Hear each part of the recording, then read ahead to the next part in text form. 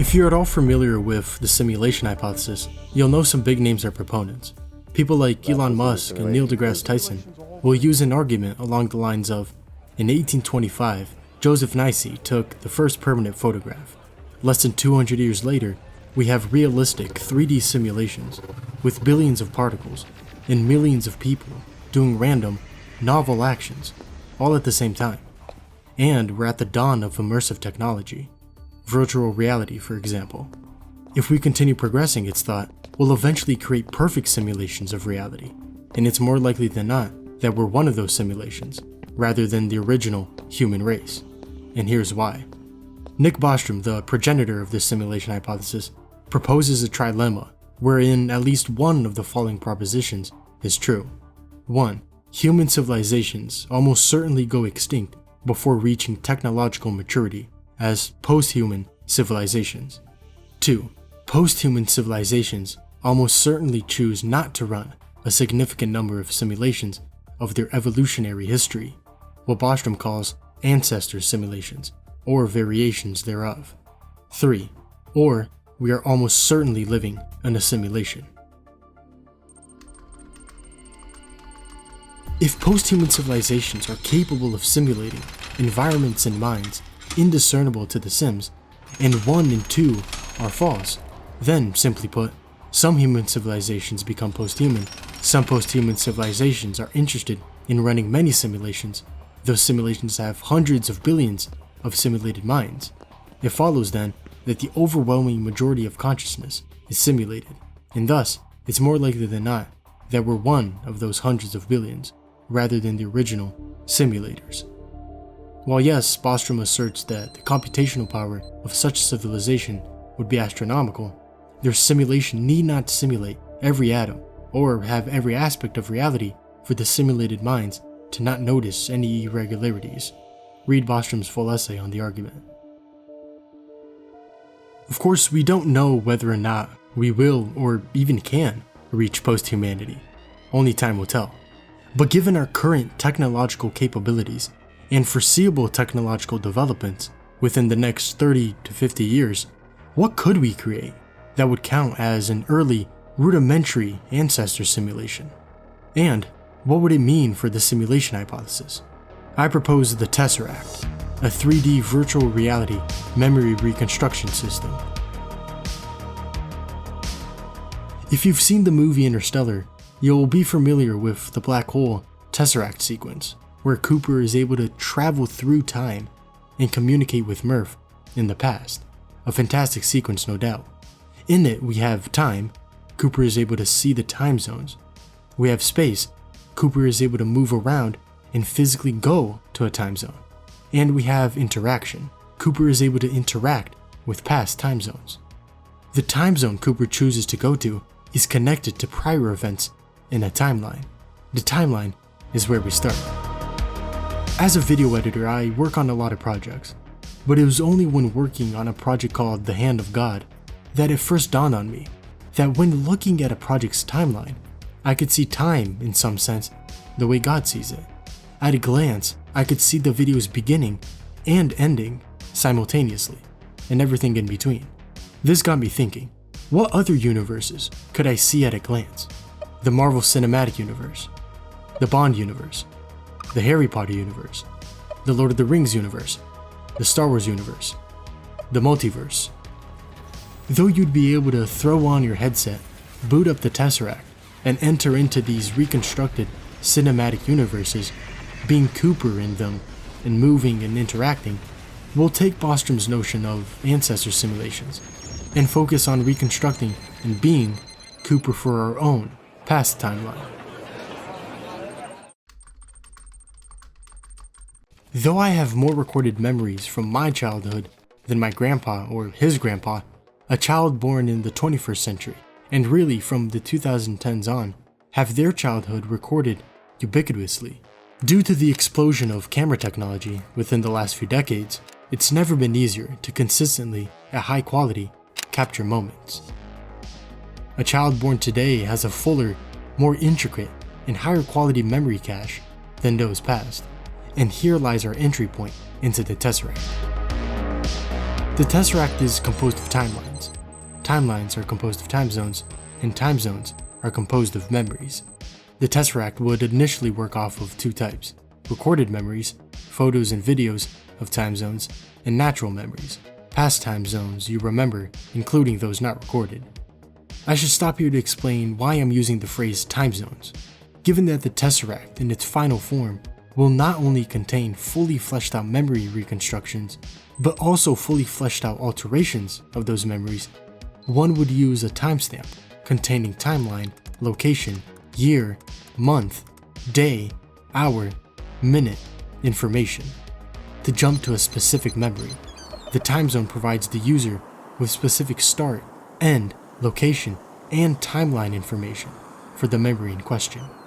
So how do we go from this 2D memory to a virtual 3D interactive time zone? First, we need to reconstruct the memory's environment and people in 3D. Then we need to figure out a way to interact authentically with said environment and people. First and foremost, the Tesseract needs a base and framework to work off of. For the base, we'll work off of various game, modeling, and animation engines and softwares that can give us the best graphics, physics, and animations currently available. Unity, CryEngine, Frostbite, Houdini, Cinema 4D, Maya, for example. Of course, in the future, the Tesseract will have its own engine. The framework, the glue that binds all of the Tesseract's technologies together, is artificial intelligence. AI will permeate every nook and cranny of each time zone's environment, people, and objects. Player perception will also depend heavily on AI.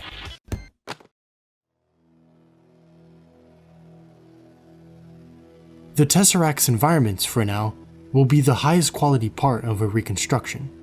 We see with the current state of CGI that environments are lifelike.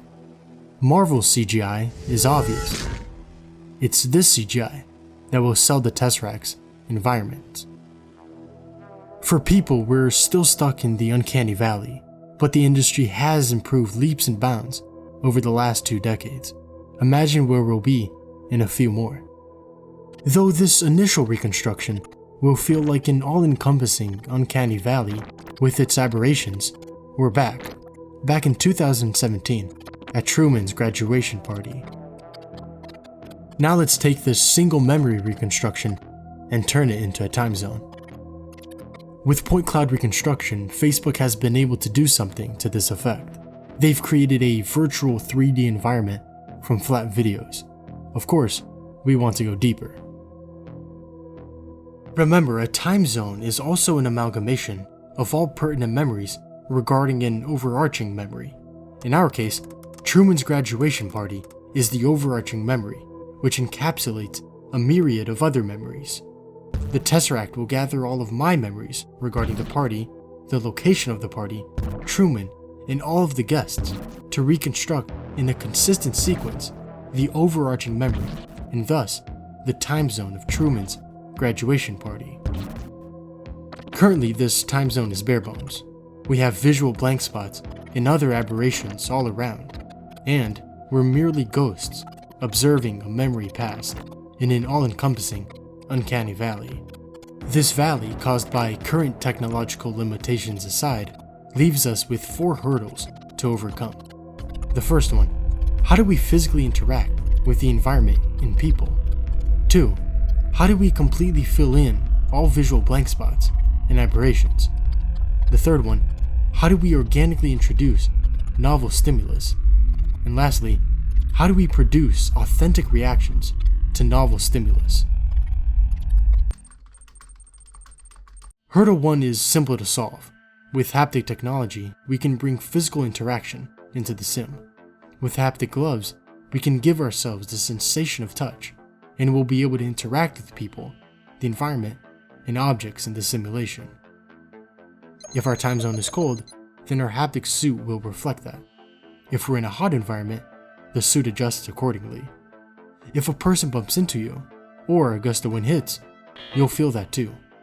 Though we're still observers, we're now a physical presence in the time zone, able to interact with the simulation. Hurdles 2, 3, and 4 are interlinked. and solved with the same technologies: deepfakes, memory extraction, and, chief among them, data. We'll talk about memory extraction later. Say for example I grab someone by the arm. They only have one animation sequence, as per how that memory played out in the past. This will either cause the entire simulation to freeze until I let go, or the simulation will continue around us, and once I let go, they'll teleport to their next beat in the sequence.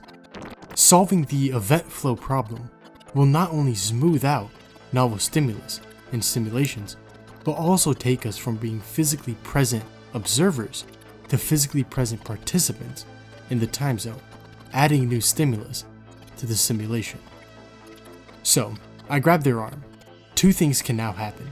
One, the simulation adapts to this new stimulus organically, and once the stimulus is finished, the simulation organically gets back to the original memory sequence. Here, the stimulus was merely a bump in the flow of time. The second thing that can happen is any significant deviation, we might say, from the original sequence creates a new alternative timeline. The Tesseract gains its multitude of timelines once our effect in the simulation, instead of being a bump in time, ripples across the timeline. Here, we become Cooper.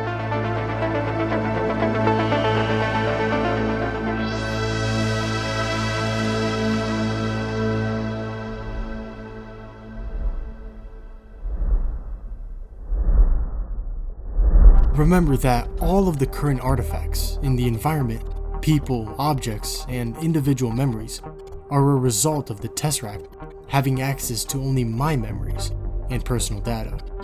Gathering all of the other guests' memories and personal data concerning the party and applying that to the reconstruction will fill in any visual artifacts existing before or because of novel stimulus found across the time zone. The Tesseract's deepfake system will now have access to a plethora of data concerning each guest's face, body, and voice. All simulated people will have full 3D models and voice generation of themselves. Here's Al Pacino on Conan and Tom Cruise on Letterman while Joe Rogan talks about his new chimp hockey team. Friends, I've got something new to tell all of you. I've decided to sponsor a hockey team made up entirely of chimps. I'm tired of people telling me that chimps are not capable of kicking human ass in sports. With the current state of deepfakes, if not told otherwise, one might think them real. Al Pacino and Tom Cruise are really Bill Hader, and Joe's voice is a computer. This is a machine learning dataset of Tom Cruise's face by the YouTube channel Control-Shift-Face. Here, the AI is learning Cruise's face from all angles, using thousands of gathered images. Imagine the same process, but for your face, using your data. The question now is, how do we get organic adaptation, organic action, to novel stimulus to be authentic to who the people really are? Bill Hader looks like Tom Cruise, but what sells this bit is Hader's impression. Cruise's voice and mannerisms are as essential to himself as is his face. This issue of authenticity is primarily solved with data. If we collected 5 smartphones from 5 different people from all walks of life, we'd have a silhouette of who they are. The information, calls made, things searched, things watched, photos and videos taken, shopping habits, etc. Their data provides us with their digital footprint. In the digital realm, one's data is likened to oneself. As time goes on, with greater sophistication in data technology reaching greater breadth and depth, the Tesseract's AI will be able to color in said digital silhouettes, fine-tuning each to who the person really is. All of our facial expressions, our mannerisms, our voices, our reactions to certain things, our relationship and conversation dynamics, both in video and across text, registered in those vast catalogs at the disposal of the Tesseract and its technologies. Indeed, here the AI gathers its base to generate authentic reactions to novel stimulus. What started as flat people and enclosed memories long gone are now 3D virtual people with potential. In due time, both the visual and action components of a simulation will cross the uncanny valley. To fill out a person's data cache, we might also use memory extraction. Using external stimulus, MIT researchers in 2015 were able to bring back seemingly lost memories in rats. Researchers in Japan have also prototyped technology that reconstructs images from brain activity and memories. If the Tesseract before only had access to memories and data contingent on us remembering and using them, the Tesseract now has access to all memories and data outright.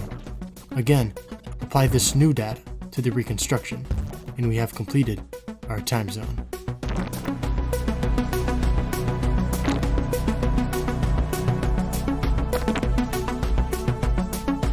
Using these same processes to reconstruct other time zones, and coding a means to go from one time zone to the next, we can exhaust all of ours and other people's memories and data, filling in our origin timeline.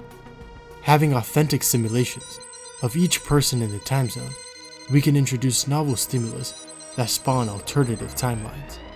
The more consolidated memory and data the AI has, the more rigorous the memory reconstruction, the greater the time zone's fidelity, the truer to life the timelines, the deeper the simulation. We now have our origin timeline and its alternatives, the Tesseract.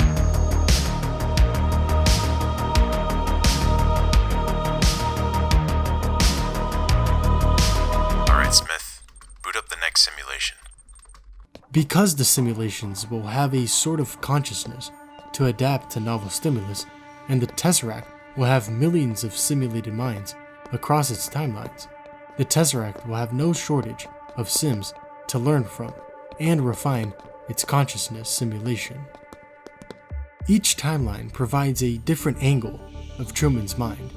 The Tesseract can then use each of these to fill in Truman's summa consciousness. As the Tesseract continues to refine its consciousness simulation, the simulated minds further from the origin timeline will be, in theory, closer to reality than those closest to actual reality. Deeper consciousness, deeper down. Simulated Truman has experienced innumerable more things and their variations than biological Truman. Does this mean that the Tesseract knows more about Truman than the real biological Truman? And this is where we circle back to Bostrom's simulation hypothesis. When I'm in this time zone, on the origin timeline in my Tesseract, does Truman in this time zone know he's only a simulation? What about all of these other Trumans, or all of my simulations across these timelines? And what about Zhang Zhou's Tesseract? Does Truman in his Tesseract in this time zone, who just got his hands on his own memory reconstruction device, know he's a simulation? If each Tesseract can have thousands of alternative timelines, then what are the chances that I'm the biological original and not a simulated alternative, spawned by stimulus from the original simulated past?